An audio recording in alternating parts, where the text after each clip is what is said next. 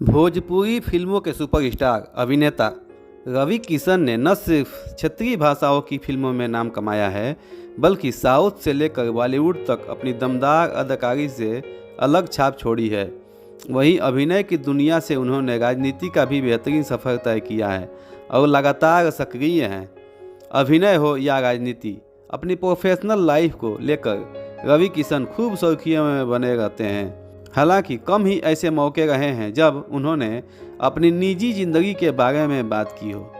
रवि किशन 10 दिसंबर को अपनी शादी की सालगिरह सेलिब्रेट करते हैं, तो चलिए इस अवसर पर जानते हैं कि उनकी दिलचस्प प्रेम कहानी के बारे में। रवि किशन अपनी पत्नी प्रीति से बेहद प्यार करते हैं और उनका मानना है कि आज वह सफलता के जिस मुकाम पर हैं उसका सबसे बड़ा श्रेय पत्नी को ही जाता है। रवि किशन न सिर्फ अपनी पत्नी से बेहद प्यार करते हैं, बल्कि वह उनका सम्मान भी किसी देवी की तरह ही करते हैं। वह एक आदर्शवादी पिता और बेटा होने के साथ ही एक बहुत ही अच्छे पति भी हैं।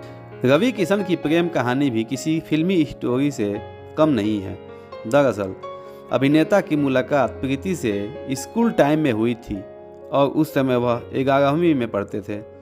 रवि किशन ने एक बार बात करते हुए खुद ही बताया था कि जब वह 11वीं कक्षा में पढ़ते थे तभी प्रीति को दिल दे बैठे थे और उसी वक्त ठान लिया था कि उनको ही अपनी ज़िंदगी संगनी बनाएंगे।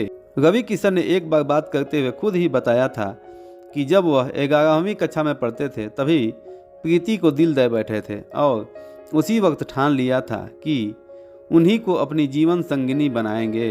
अपनी बेटियों से लेकर माँ, पत्नी और अभिनेता रवि किशन की ज़िंदगी में जितनी भी स्त्रियां हैं वह उनका बेहद सम्मान करते हैं। एक बातचीत के दौरान उन्होंने खुलासा किया था कि वह अपनी बेटियों के पैर छूते हैं और इसके साथ ही वह अपनी पत्नी के भी पैर छूते हैं। हालांकि यह काम उनके सो जाने के बाद ही करते हैं, क्योंकि जागते हुए उनकी पत्नी ऐसा नहीं करने देती हैं।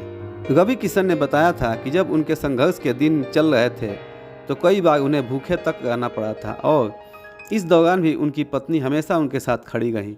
अभिनेता के 3 बेटियां रीवा, तनिष्क और ईशिता हैं। वहीं उनके बेटे का नाम सक्षम है।